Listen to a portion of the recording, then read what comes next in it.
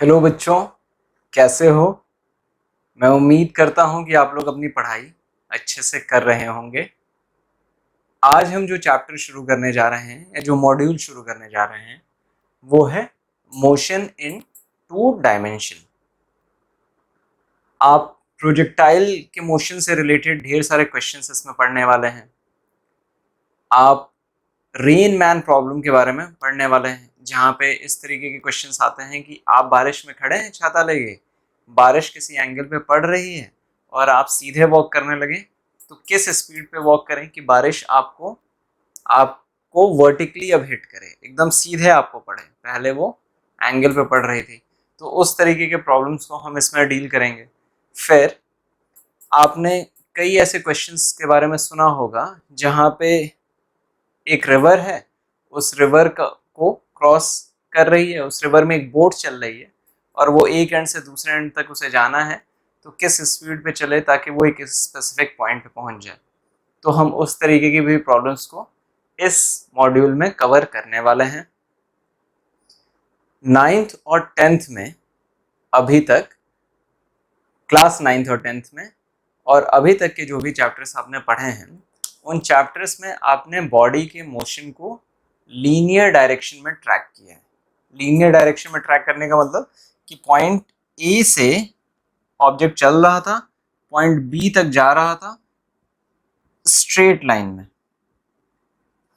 Straight line में जा रहा था एक कांस्टेंट एक्सेलरेशन के साथ। तो फिर हम क्या करते थे, हमसे कह देता था कि वेलोसिटी आप कैलकुलेट करिए, वो 10 सेकंड में या 20 सेकंड में, मतलब एक स्पेसिफिक टाइम में कितना डिस्टेंस ट्रैवल करेगा। तो हम क्या करते थे, ये कांस्टेंट एक्सेलरेशन वाले फॉर्मूले थे, v is equal to u plus a t v square, v जहाँ v जो है वो फाइनल वेलोसिटी हुआ करती थी, तो final velocity, initial velocity you initial velocity plus 2as, S जो है वो डिस्टेंस हुआ करता था, डिस्टेंस ट्रेवल्ड, ए जो था वो कांस्टेंट एक्सेलरेशन हुआ करता है, और S is equal to U T plus half A T square. इन फॉर्मूलों को हम यूज करके जब बॉडी एक स्ट्रेट डायरेक्शन में मूवमेंट किया करती थी तो हम कैलकुलेट किया करते थे, अपने वैल्यूज कैलकुलेट किया करते थे। अब टू डायमेंशनल क्या होता है, किस तरीके से इन इक्वेशंस का टू डायमेंशनल में यूज होगा, हम वो सारी चीज़ें इस चैप्टर में या इस मॉड्यूल में सीखने वाले हैं। बहुत ही इंटरेस्टिंग मॉड्यूल है। 11th में आफ्टर काइनेमेटिक्स वाले जो भी फॉर्मूले हैं या मोशन से रिलेटेड जो आपने पिछले चैप्टर्स किए हैं, उसके बाद ये एक इंटरेस्टिंग टॉपिक शुरू होता है। बच्चों को इस टॉपिक में पढ़ने में बहुत मज़ा भी आता है। ठीक है, तो if we all are set, शुरू करते हैं ये टॉपिक। प्राइमरली हमारा आज के चैप्टर में जो फोकस होगा वो प्रोजेक्टाइल मोशन पे होगा, और आगे आने वाले चैप्टर्स में भी हम प्रोजेक्टाइल मोशन के ही बारे में बात करेंगे। प्रोजेक्टाइल मोशन क्या होता है, किस तरीके से आप उससे रिलेटेड क्वेश्चंस को सॉल्व करेंगे, ढेर सारे हम न्यूमेरिकल्स करने वाले हैं। और जब हमारी कॉम्पिटेंसी इस प्रोजेक्टाइल मोशन पे आनी शुरू हो जाएगी, फिर हम मूव करेंगे बाकी जो दोनों तरीके के प्रॉब्लम्स हमने डिस्कस किए थे, रेन मैन प्रॉब्लम या रिवर बोट प्रॉब्लम, उनके ऊपर। तो शुरू करते हैं। अब देखिए, सबसे पहले तो इस टॉपिक को पढ़ने में मोशन इन टू डायमेंशन क्या है यही हम लोग समझ लें। अगर हमें प्रोजेक्टाइल मोशन के बारे में जानना है और ये टॉपिक है मोशन इन टू डायमेंशन, तो यही समझ लें कि मोशन इन टू डायमेंशन का मतलब क्या है। तो मोशन इन टू डायमेंशन का मतलब ये है कि अभी तक हमने पढ़ा कि एक ऑब्जेक्ट जो है वो पॉइंट ए से पॉइंट बी तक एक स्ट्रेट लाइन में जा रहा है, ठीक है। लेकिन अगर आपसे कह दिया जाए कि एक ऑब्जेक्ट पॉइंट ए से पॉइंट बी तक इस पाथ को फॉलो करके जा रहा है, इस पाथ को फॉलो करके जा रहा है, पॉइंट ए ये क्या पकड़ लीजिए और पॉइंट बी ये पकड़ लीजिए, तो इस केस में आप देखिए ये प्लेन है, बोर्ड का प्लेन है। इस बोर्ड के प्लेन में ये ऑब्जेक्ट इसके इस एक्सिस पे भी मूव कर रहा है, इस डायरेक्शन में, जिसे हम कहते हैं एक्स एक्सिस, और सिमिलरली इसी बोर्ड के प्लेन में ये ऑब्जेक्ट वाई डायरेक्शन में ऊपर की तरफ भी मूव कर रहा है, तो इसे हम कहते हैं वाई एक्सिस, ये वाला वाई एक्सिस हो गया अपना। और ये जो स्टार्टिंग पॉइंट है, अगर हम इसे ओरिजिन मान लें 0 0, तो आप देखिए किसी भी पॉइंट पे इस ऑब्जेक्ट की पोजीशन को बताने के लिए हमें दो एक्स एक्सिस और वाई एक्सिस दोनों की वैल्यूज की जरूरत पड़ेगी। कैसे? जैसे आपसे पूछ लिया जाए कि ये ऑब्जेक्ट यहां तक जब गया तो आप इसके पोजीशन को डिस्क्राइब करिए, तो कैसे डिस्क्राइब करेंगे आप? देखिए एक्स एक्सिस पे ये ऑब्जेक्ट यहां से यहां तक गया, यहां तक आया ना, तो ये इसे अगर एक्स एक्सिस पे इसने x1 डिस्टेंस ट्रेवल किया है तो पहले तो आप x1 लिखेंगे, और इसने y एक्सिस पे भी तो डिस्टेंस ट्रेवल किया, तो इस पॉइंट पे y डिस्टेंस पे जो इसने डिस्टेंस ट्रेवल किया, मान लीजिए अगर ये है, ये y1, इसे हम y1 कहते हैं, तो इसकी पोजीशन को डिस्क्राइब करने के लिए हमें दो कोऑर्डिनेट्स की जरूरत पड़ रही है, दो पॉइंट्स की जरूरत पड़ रही है, x1 और y1। यहां तक क्लियर है? अब आपसे पूछ लिया जाए कि ये ऑब्जेक्ट जब यहां पे गया इस वाले पॉइंट पे, तो आप इसके पोजीशन के बारे में बताइए। तो आप क्या करेंगे? आप एक्स एक्सिस पे इसने कितना डिस्टेंस ट्रेवल किया, मान लीजिए ये डिस्टेंस इसने ट्रेवल किया विच इज x2। अगर मान लीजिए ये x2 है और y एक्सिस पे इसने जो डिस्टेंस ट्रेवल किया वो y2 है, ये y2 है, तो आप इसके पोजीशन को कैसे बताएंगे? x2 और y2 दोनों कोऑर्डिनेट्स में इसके पोजीशन को बताएंगे कि ओरिजिन से x एक्सिस में तो ये यहां पे गया है और ओरिजिन से y एक्सिस में ये यहां तक गया है, और आप उसकी पोजीशन को बता देंगे, राइट? तो आप क्या कर रहे हैं, जब बॉडी का मोशन एक प्लेन में हो रहा है, एक प्लेन में मतलब x और y एक्सिस पे दोनों तरफ हो रहा है, तो आप उसकी पोजीशन को बताने के लिए उसके x कोऑर्डिनेट और y कोऑर्डिनेट दोनों की वैल्यू बता रहे हैं। ऐसे मोशन को हम टू डायमेंशनल मोशन कहते हैं। यहाँ पे हमने x और y का कॉम्बिनेशन बनाया है, ये y और z एक्सिस का कॉम्बिनेशन हो सकता है, x और z एक्सिस का भी कॉम्बिनेशन हो सकता है, लेकिन कहने का मतलब ये है कि एक बॉडी की पोजीशन को बताने के लिए आपको x और y दोनों एक्सिस की जरूरत पड़ रही है, और इसीलिए इसे कहते हैं मोशन इन टू डायमेंशन। दो डायमेंशन में मोशन हो रहा है, इसीलिए मोशन इन टू डायमेंशन। यहां तक हम क्लियर हैं? कोई डाउट किसी तरीके का? ओके, तो अगर यहां तक क्लियर है और हम ये समझ गए हैं कि एक बॉडी की पोजीशन को बताने के लिए हमें दो कोऑर्डिनेट्स की जरूरत पड़ रही है, तो अब थोड़ा सा ये भी देख लें कि इसकी वेलोसिटी के बारे में अगर हमें जानना होगा तो हम किस तरीके से जानेंगे। ये तो बात हो गई कि उसकी पोजीशन क्या है, उसने कितना डिस्टेंस ट्रेवल किया, ये सारी चीजें जानने की बात हो गई। लेकिन अब आपसे पूछ दिया जाए कि इसकी वेलोसिटी कैसे आप डिसाइड करेंगे, तो क्या करते हैं आप? जैसे मान लीजिए यही केस हम डिस्कस करते हैं ऐसे, और मैं आपसे कह दूं कि इस वाले पॉइंट के अराउंड इसकी वेलोसिटी कैसे आप डिसाइड करेंगे या कैसे निकालेंगे। तो आप क्या करेंगे? मान लीजिए ये एक छोटा सा सेक्शन आपने ले लिया, ये वाला सेक्शन जो डिस्टेंस था यहां से वो s1 हो गया, ये वाला सेक्शन जो x एक्सिस पे और y एक्सिस पे मतलब दोनों कोऑर्डिनेट में ये डिस्टेंस s2 हो गया। तो आप एवरेज वेलोसिटी कैसे निकालते हैं? एवरेज वेलोसिटी निकालते हैं डिस्टेंस ट्रेवल्ड डिवाइडेड बाय कितना टाइम लगा। मान लीजिए t2 में s2 पहुंचा था और s1 के समय वो t1 पे पहुंचा था, तो आप एवरेज वेलोसिटी ऐसे निकालते हैं, राइट?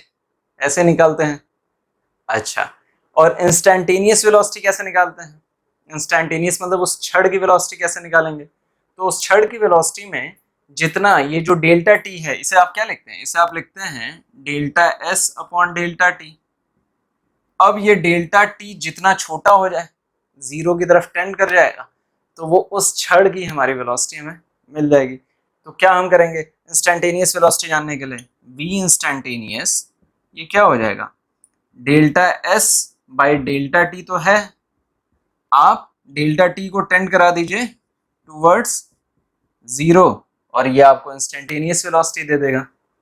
यही होता है ना, ये किसके बराबर हो जाएगा, ये हो जाएगा ds बाई dt के बराबर, ds बाई dt। s जो है वो डिस्टेंस है या डिस्प्लेसमेंट है, डिस्प्लेसमेंट है, वेक्टर क्वांटिटी में रिप्रेजेंट करेंगे वेलोसिटी को। ठीक है, तो यहां तक आप क्लियर हैं। इंस्टेंटेनियस, अब इससे क्या हमारा आ रहा है, इससे हमारा वेलोसिटी का मैग्नीट्यूड आ रहा है, उसका वैल्यू कितना है कि वेलोसिटी कितनी, हम कहते हैं ना कोई चीज 40 किलोमीटर पर आवर की स्पीड से चल रही है या 3 मीटर पर सेकंड की स्पीड से चल रही है, ये सारा उसका मैग्नीट्यूड की बात हो गई। लेकिन अगर आपसे पूछ दिया जाए, वेलोसिटी तो एक वेक्टर क्वांटिटी है, इसका एक डायरेक्शन भी होता है कि इस वाले पॉइंट पे इसका डायरेक्शन क्या है, इस वाले पॉइंट पे इसका डायरेक्शन क्या है, तो क्या किया जाएगा वो बताइए, कैसे किया जाए। हाँ, अगर इस वाले पॉइंट पे इसके वेलोसिटी की बात आपसे पूछ दी जाए तो क्या किया जाए, कैसे निकले वेलोसिटी का डायरेक्शन। वेलोसिटी का तो हमने वैल्यू तो निकाल लिया, अब इसका डायरेक्शन निकालना है, तो कैसे निकालना है। तो इस वाले पॉइंट पे एक टेंजेंट ड्रॉ कर लेते हैं, जो इसी को टच करते हुए जाएगा, वही टेंजेंट का, वही वेलोसिटी का डायरेक्शन हो जाएगा।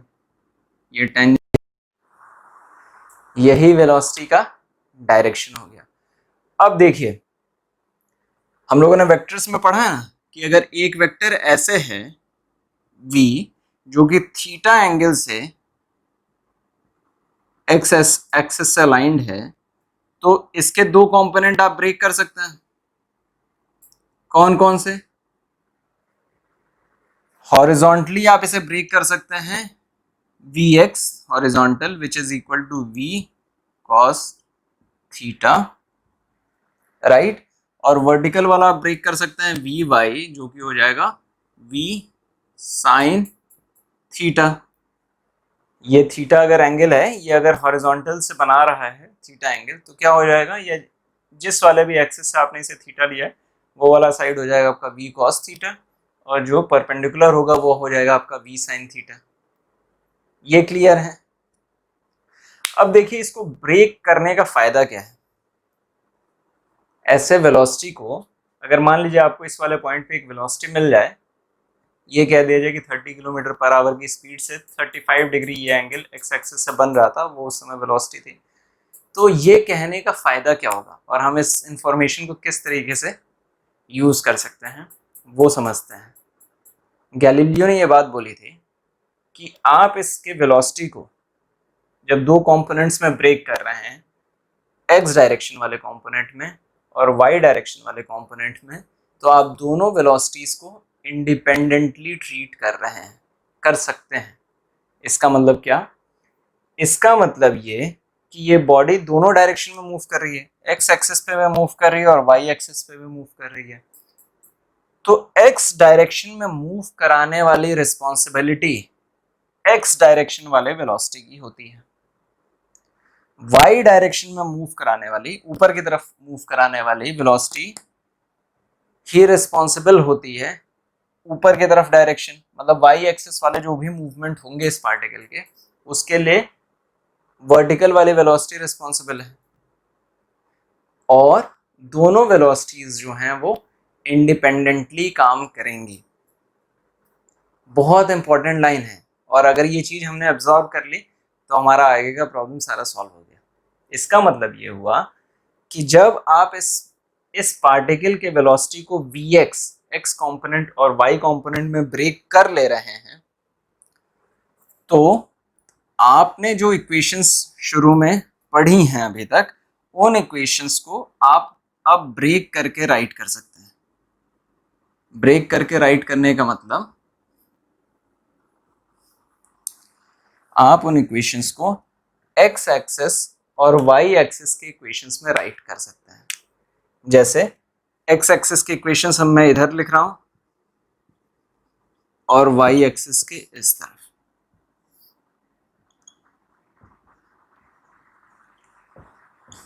एक्स एक्सिस का इक्वेशन क्या था, v is equal to u plus a t, ये इक्वेशन था। अब एक्स डायरेक्शन में जैसे ये पार्टिकल ऐसे मूव कर रहा था, तो एक्स एक्सिस में उसकी वेलोसिटी मान लीजिए किसी एक पॉइंट पे v है, एक्स एक्सिस की वेलोसिटी v है, अगर आपने ब्रेक किया तो v x final x velocity, जो फाइनल जो एक्स डायरेक्शन में वेलोसिटी फाइनल है, वो एक्स डायरेक्शन की इनिशियल वेलोसिटी और एक्स डायरेक्शन में लगने वाले फोर्स, सिर्फ एक्स डायरेक्शन में लगने वाले फोर्स की वजह से जो, या एक एक्सिस में लगने वाला, एक्स में जब बोल रहा हूं तो एक एक्सिस की मैं बात कर रहा हूं, तो एक्स एक्सिस में लगने वाले फोर्स की वजह से जो एक्सेलरेशन प्रोड्यूस हो रहा है वो आप राइट कर सकते हैं। ए एक्स टाइम टी सेम रहेगा, क्योंकि वो जो भी पार्टिकल एक्स डायरेक्शन और वाई एक्सिस, वाई डायरेक्शन में, वाई एक्सिस में मूव करेगा वो एक कांस्टेंट टाइम में ही मूव करेगा, एक साथ दोनों तरफ वो उसका मूवमेंट हो रहा है। तो इसका काउंटर पार्ट वाई डायरेक्शन में क्या हो जाएगा, v y is equal to u y plus a y t. ठीक है, similarly v x square is equal to u x square plus two a x into distance covered in x direction, distance covered in x direction. जैसे मान लीजिए उसने distance cover किया x direction में s x, तो ये हो गया एस वाई, उसने अगर ये वाला पॉइंट पे हम बात कर रहे हैं, ये उसका डिस्टेंस है वाई डायरेक्शन में एस वाई, तो हम एस वाई की भी बात करेंगे। तो इसका दूसरा काउंटर क्या हो जाएगा, v y square is equal to u y square plus two a y s y. ठीक है, और तीसरा क्या हो जाएगा, एस डायरेक्शन में s is equal to U T plus half a x t square, और इधर क्या हो जाएगा, s y is equal to u y t plus half a y t square. मैं एक बार चेक कर लूं ये स्क्रीन पे दिख रहा है या नहीं। ओके, थोड़ा सा कट रहा है, लेकिन इस यहाँ पे यू वाई है और यहाँ पे यू एक्स है। ठीक है, तो देखिए अब इसका फायदा क्या है। इस चीज का फायदा ये है कि आप अगर वेलोसिटी को दो पार्ट्स में ब्रेक कर पा रहे हैं, दो पार्ट्स में ब्रेक कर पा रहे हैं, तो आप इंडिपेंडेंट इक्वेशंस बना के अपने प्रॉब्लम को सॉल्व कर लेंगे। बहुत जबरदस्त कॉन्सेप्ट है।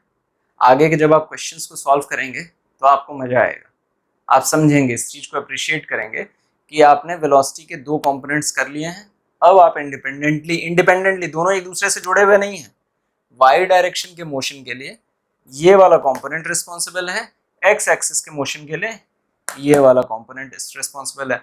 रिजल्टेंट कैसे निकलेगा किसी भी वेक्टर का, रिजल्टेंट कैसे निकलता है, ये v, तो ये अगर वी एक्स है और ये वी वाई है, तो रिजल्टेंट हो जाता है under root v is equal to, ये जो v है रिजल्टेंट, ये हो जाता है वी एक्स का स्क्वायर प्लस वी वाई का स्क्वायर, और दोनों 90 डिग्री बना रहा है, तो v x square plus v y square. तो ये बात क्लियर है यहाँ तक।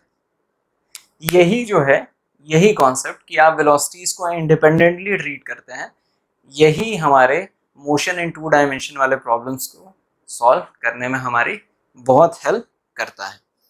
ठीक है, तो अगर यहां तक आप क्लियर हो चुके हैं तो अब एक क्वेश्चन बताइए।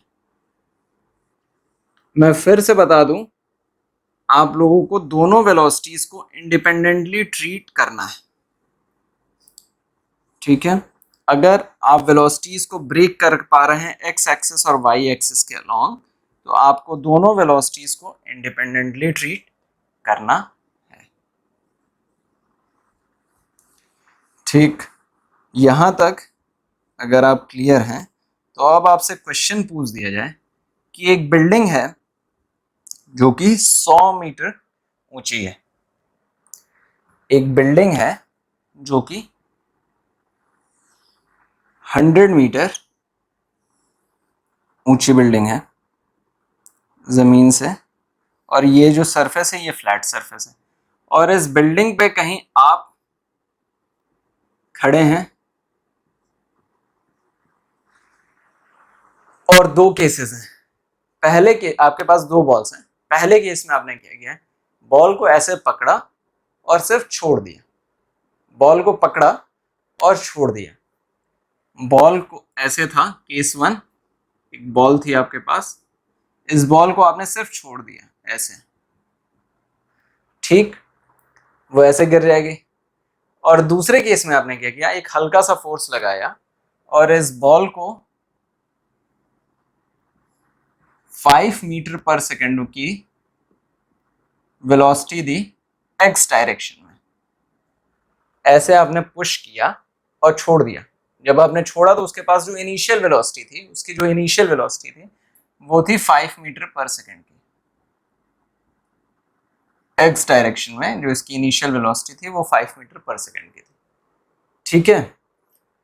अब ये बॉडी कैसा अपना बिहेवियर डेमोन्स्ट्रेट करेगी, ये कहीं ना कहीं ऐसे ऐसे ऐसे ऐसे आगे गिरेगी नीचे। हम लोग अक्सर देखते हैं ना, ऐसे हमने किया, हमने ऐसे फेंक दिया तो वो ऐसे ये वाला पाथ फॉलो करके आके गिरेगी नीचे। तो अब आपसे पूछ दिया जाए कि दोनों बॉल्स में से कौन सी बॉल पहले ग्राउंड को हिट करेगी। फिर से इसको आपने सिर्फ ऐसे छोड़ दिया है, ऐसे छोड़ दिया, और इसको आपने ऐसे पुश करके छोड़ दिया, ऐसे पुश किया, 5 मीटर पर सेकेंड का आपने एक वेलोसिटी दे दिया एक्स कंपोनेंट और छोड़ दिया, और कोई फोर्स नहीं लग रहा है इस पे, और हम ये एज्यूम कर रहे हैं कि उस समय हवा वगैरह नहीं चल रही है, सारा और किसी भी तरीके का एयर रेजिस्टेंस वगैरह नहीं फेस कर रहे हैं बॉल्स। तो दोनों में से कौन पहले ग्राउंड को हिट करेंगे? सोचिए, कॉमन सेंसिकल लेंस से ऐसा लगता है कि ये वाली बॉडी डिस्टेंस ज़्यादा ट्रैवल करना पड़ रहा है, तो ये बाद में हिट करेगी, ये वाली बॉल पहले हिट करेगी, राइट? ऐसा लग रहा है। लेकिन थोड़ा सा दोनों की बॉडी को, मूवमेंट को, वाई डायरेक्शन में जो मूवमेंट है, क्योंकि हम किस में इंटरेस्टेड है, हम इंटरेस्टेड हैं ये बॉडी जो वाई डायरेक्शन में मूव कर रही है। 100 मीटर इसका वाई डायरेक्शन वाला हाइट है ना, हाइट जो इसकी है वो 100 मीटर नीचे से लेके ऊपर तक, यहाँ तक है ना 100 मीटर। तो हम तो इंटरेस्टेड हैं इस वाले डिस्टेंस में, तो उसको थोड़ा एनालाइज करते हैं। जब आपने इस बॉल को छोड़ा तो इस बॉल में हॉरिजॉन्टल कोई वेलोसिटी नहीं है, तो यूएक्स जो है इस वाले केस में 0 है इनिशियल वेलोसिटी, और यूवाई जो है वो भी 0 मीटर पर सेकेंड है। ऐसे आपने छोड़ दिया, एक ही फोर्स लग रहा है, वो अर्थ का ग्रेविटेशनल फोर्स लग रहा है, राइट? ग्रेविटेशनल फोर्स लग रहा है।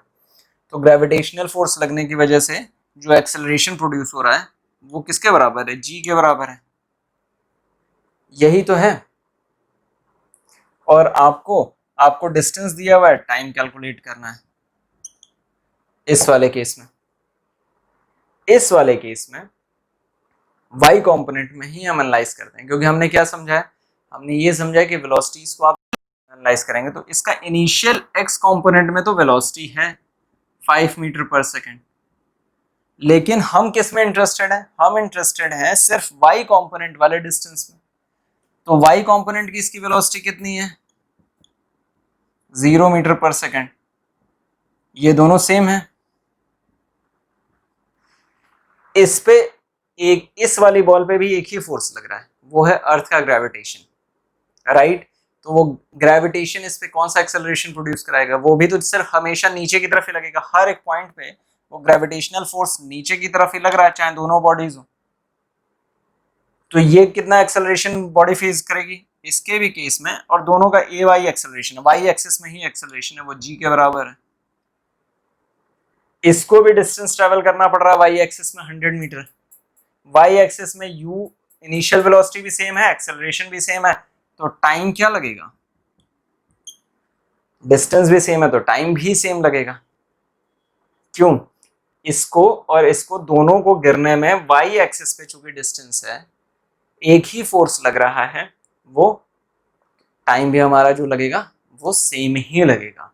हाँ, एक चीज जरूर होगी इस वाली बॉडी के साथ कि ये नीचे तो गिरता जाएगा, नीचे तो गिरता जाएगा, इसके साथ नीचे गिरता जाएगा, लेकिन साथ में एक डिस्टेंस भी ट्रेवल करता जाएगा, एक डिस्टेंस भी ट्रेवल करता जाएगा एक्स एक्सिस में, क्योंकि एक्स एक्सिस में इसके पास एक वेलोसिटी है, उधर कोई एक्सेलरेशन नहीं है। तो अब जैसे मान लीजिए टाइम टी पे क्या होगा, कोई एक टाइम हम t1 टाइम पकड़ लेते हैं, तो t1 टाइम पे इस वाले इक्वेशन के हिसाब से ये जो है, मान लीजिए ये जितने भी वेरिएबल्स हैं, इन वेरिएबल्स के हिसाब से ये दोनों जो हैं t1 में नीचे की तरफ तो सेम आएंगे, एक्स एक्सिस में ये वाली बॉडी एक डिस्टेंस ज्यादा ट्रेवल करेगी जो कि 5t1 रहेगा, 5t1 मीटर रहेगा।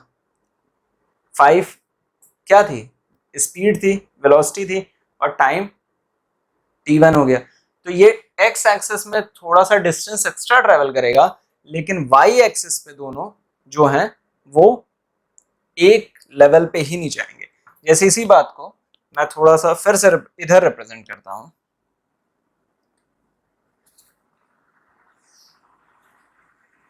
पहली वाली बॉल और दूसरी वाली बॉल t1 टाइम पे ये सेम वर्टिकल डिस्टेंस तो दोनों का सेम रहेगा, ये भले ही अब घूम के थोड़ा सा और आगे एक्स एक्सिस पे भी मूव कर जाए, दिख नहीं रहा होगा आपको, मैं ये रब करता हूं।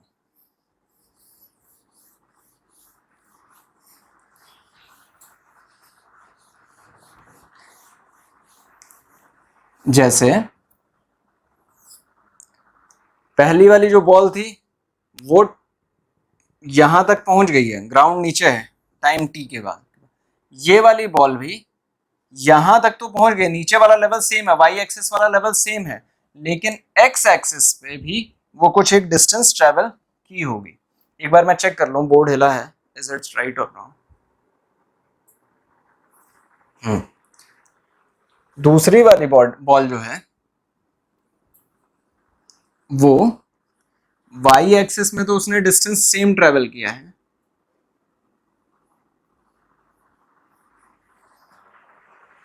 डिस्टेंस इसने ये जितना डिस्टेंस था यहां से लेके यहां तक, ये वाला डिस्टेंस तो इस दूसरी वाली बॉल ने भी ट्रेवल किया है, इतना डिस्टेंस तो वाई एक्सिस में इसने भी ट्रेवल किया है, लेकिन पैरेलली इसने एक्स एक्सिस में भी एक डिस्टेंस ट्रेवल किया है, तो इसीलिए बॉल अब यहां पे रहेगी। तो वाई एक्सिस वाला जो डिस्टेंस है दोनों बॉडी का टाइम t1 में वो तो सेम है, लेकिन एक्स साइड पे चूंकि इसकी स्पीड थी 5 मीटर पर सेकेंड और टाइम t1 की हम बात कर रहे हैं, तो उसने ये एडिशनल डिस्टेंस ट्रेवल किया होगा। ये बात क्लियर हुई क्या? तो जब आप बॉडी की वेलोसिटीज को इंडिपेंडेंटली ट्रीट करते हैं, जो कि हमने पहले सीखा, तो हमारे पास एक एडवांटेज आ जाता है, हम अगर वाई एक्सिस के डिस्टेंस को कंपेयर कर रहे हैं तो हम सिर्फ वाई एक्सिस की वेलोसिटीज को कंपेयर कर लेंगे, और अगर एक्स एक्सिस के डिस्टेंस को कंपेयर कर रहे हैं तो हम एक्स एक्सिस की वेलोसिटीज को भी कंपेयर कर लेंगे। कहने का मतलब ये है कि आप दोनों वेलोसिटीज को इंडिपेंडेंटली ट्रीट कर सकते हैं। ठीक है, ये बहुत इंपॉर्टेंट कॉन्सेप्ट है और यही सारे क्वेश्चंस को सॉल्व करने में हमारी हेल्प करेगा। ठीक, अब हम इसे रब करते हैं और समझने की कोशिश करते हैं कि अगर ये वेलोसिटी वाला कॉन्सेप्ट एक्स और वाई एक्सिस में आपको क्लियर है, तो प्रोजेक्टाइल मोशन का जो कॉन्सेप्ट है या जो कंटेक्स्ट है वो क्या है। ये बात से तो आप लोग अलाइंड हो गए कि वेलोसिटी को आप एक्स और वाई एक्सिस में ब्रेक करके इंडिपेंडेंटली अब ट्रीट करेंगे। अब प्रोजेक्टाइल मोशन के जो कॉमन एग्जांपल्स हमारे सामने आते हैं वो क्या आते हैं, आप देखिए जैवलिन थ्रो होता है, भाला फेंकना, ऐसे आप क्या करते हैं, भाला ऐसे फेंकते हैं ऊपर की तरफ, यहां से आपने भाले को फेंका ऐसे ऊपर की तरफ, तो ये क्या करता है, ये जाता है जाता है जाता है जाता है जाता है जाता है जाता है, ऐसे ये जाके ट्रेजेक्ट्री शो करता है, यही शो करता है ना। आपने ऐसे भाला लिया, ऐसे भाला फेंकते हैं, ऐसे कुछ लोग ऐसे भी फेंक देंगे, लेकिन आप क्या करते हैं, एक एंगल देते हैं, हाथ से एक फोर्स लगाते हैं जिससे इसको एक इनिशियल वेलोसिटी मान लीजिए हम उसको u से रिप्रेजेंट करते हैं, इनिशियल वेलोसिटी को हम u से रिप्रेजेंट करते हैं, u से आपने एक इसको इनिशियल वेलोसिटी दी और एक एंगल पे फेंका। सेम चीज आप शॉर्ट पुट में करते हैं, हैवी वजन रहता है बॉल, आप ऐसे घूम के आते हैं और एक ऐसे पुश करते हैं। फुटबॉल मारते वक्त आपने यहाँ से पैर से मारा, बॉल ऐसा मोशन शो करती है, आप उसको एक वेलोसिटी देते हैं, एक एंगल पे मारते हैं, राइट, यही करते हैं। तो जब आपने उसको एक फोर्स देने के बाद एक इनिशियल वेलोसिटी उसको दे दी, तो अब क्या होता है, इस वेलोसिटी के दो कंपोनेंट्स हो जाते हैं, x component u cos theta हो जाता है, y component u sin theta हो जाता है, जो हम लोगों ने अभी तक पढ़ा। ठीक, u cos थीटा रिस्पॉन्सिबल है इसके x एक्सिस के डिस्टेंस कवर्ड के लिए, और u sin थीटा जो रिस्पॉन्सिबल है इसके y एक्सिस पे, जैसे इस वाले पॉइंट पे ये इसने y डिस्टेंस ये ट्रेवल किया, फिर यहाँ पे इसने ये डिस्टेंस ट्रेवल किया, यहाँ पे इसने ये डिस्टेंस ट्रेवल किया, तो नीचे से ऊपर गया और ऊपर से फिर नीचे आया, फिर y कंपोनेंट में इसकी वेलोसिटी जो है वो इन सारे डिस्टेंसेस के लिए रिस्पॉन्सिबल है, जैसे ये यहाँ तक जाना, फिर उसके बाद यहाँ आना, यहाँ आना, यहाँ तक जाना, ये सारी चीजों के लिए कौन सा कंपोनेंट रिस्पॉन्सिबल है, u sin थीटा। इस बॉडी पे कौन सा फोर्स काम कर रहा है, एक ही फोर्स काम कर रहा है, वो है ग्रेविटेशनल फोर्स। हर एक समय जो g लग रहा है वो इस डायरेक्शन में नीचे लग रहा है, चाहे किसी भी पॉइंट पे आप ले लीजिए। x एक्सिस पे जो है कोई फोर्स नहीं लग रहा है, x एक्सिस पे कोई फोर्स नहीं लग रहा है, तो हर एक जगह कोई फोर्स नहीं है, एक्सेलरेशन नहीं है, तो एक ही वेलोसिटी है u cos थीटा। तो x एक्सिस की अलोंग जो वेलोसिटी है वो कांस्टेंट है, x एक्सिस के अलोंग जो वेलोसिटी है वो कांस्टेंट है। u sin थीटा जो है वो फोर्स, वेलोसिटी ऊपर की तरफ आपने फेंका, ऊपर की तरफ, और फोर्स जो लग रहा है ग्रेविटेशनल फोर्स वो नीचे की तरफ लग रहा है, तो वेलोसिटी और एक्सेलरेशन का जो डायरेक्शन है वो अपोजिट है। वेलोसिटी यहाँ से यहाँ तक जाने में वेलोसिटी का और एक्सेलरेशन का जो डायरेक्शन है वो अपोजिट है, तो धीरे धीरे ऊपर वाले वेलोसिटी रिड्यूस हो रही है। वेलोसिटी आपने फेंका, फोर्स नीचे लग रहा है, तो ऊपर वाली वेलोसिटी कम हो रही है, तो हाईएस्ट पॉइंट पे ऊपर ले जाने वाली जो वेलोसिटी है वो जीरो हो जा रही है।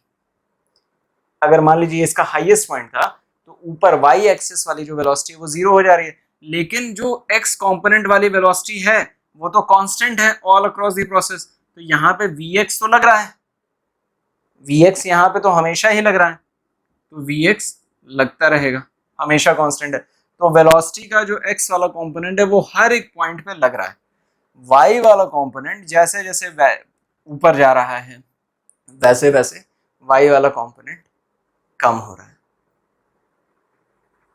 ये आप यहां तक क्लियर है, कोई डाउट किसी तरीके का?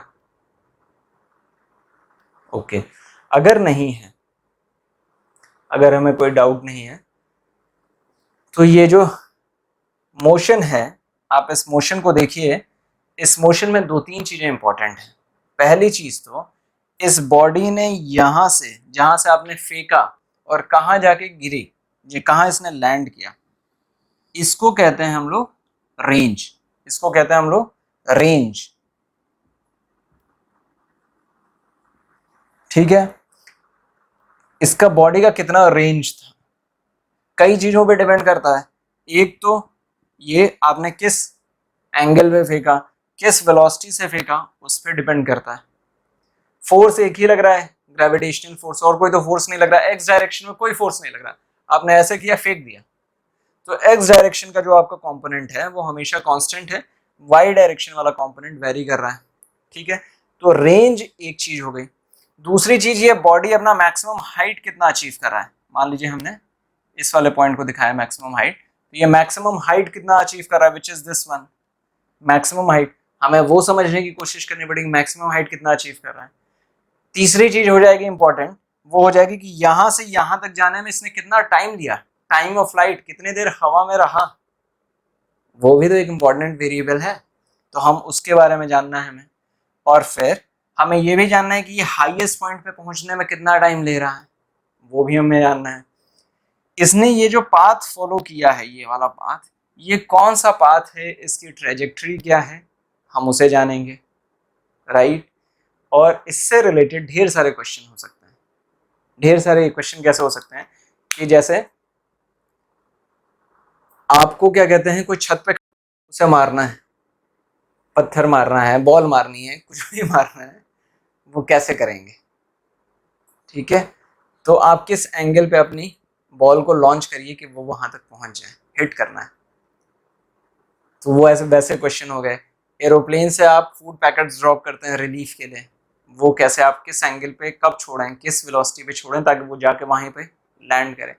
ये सारे इंटरेस्टिंग क्वेश्चंस हैं जो आपके लिए आएंगे, लेकिन उससे पहले हम समझेंगे ये रेंज क्या है, टाइम ऑफ फ्लाइट क्या है, कितना टाइम लगेगा हाईएस्ट पॉइंट पे पहुंचने के लिए, हाईएस्ट पॉइंट कैसे आप कैलकुलेट करेंगे, इसका ट्रेजेक्ट्री क्या है, और तरीके के हम क्वेश्चंस इसमें सॉल्व करेंगे। आपको इस टॉपिक को पढ़ने में मजा आएगा। तो मॉड्यूल जो है वो मॉड्यूल तो है अपना मोशन इन 2 डायमेंशन। आज का जो लेक्चर था वो कॉन्टेक्स्ट सेट करना था कि 2 डायमेंशन मोशन का मतलब क्या है, और इसमें एक जो सबसे इंपॉर्टेंट चीज निकल के आई है कि आप दोनों वेलोसिटीज को, एक्स डायरेक्शन की वेलोसिटी और वाई डायरेक्शन की वेलोसिटी को आप इंडिपेंडेंटली ट्रीट करिए, और इंडिपेंडेंटली ट्रीट करेंगे तो आपको बहुत क्वेश्चन सॉल्व करने में काफी कन्वीनियंस हो जाएगा, काफी कन्वीनियंस हो जाएगा, ठीक है। तो आज का लेक्चर हम यहीं पे रोकते हैं। होप कि ये वाला जो लेक्चर था इसने आपको 2 डायमेंशन के अराउंड काफ़ी क्लैरिटी लाई होगी। मैं जल्दी ही इसी सीरीज़ का इस मॉड्यूल का लेक्चर नंबर 2 लेके आपके सामने आऊँगा। कीप लर्निंग, सीखते रहिए और अच्छे से पढ़ाई करते रहिए। Thank you for watching this.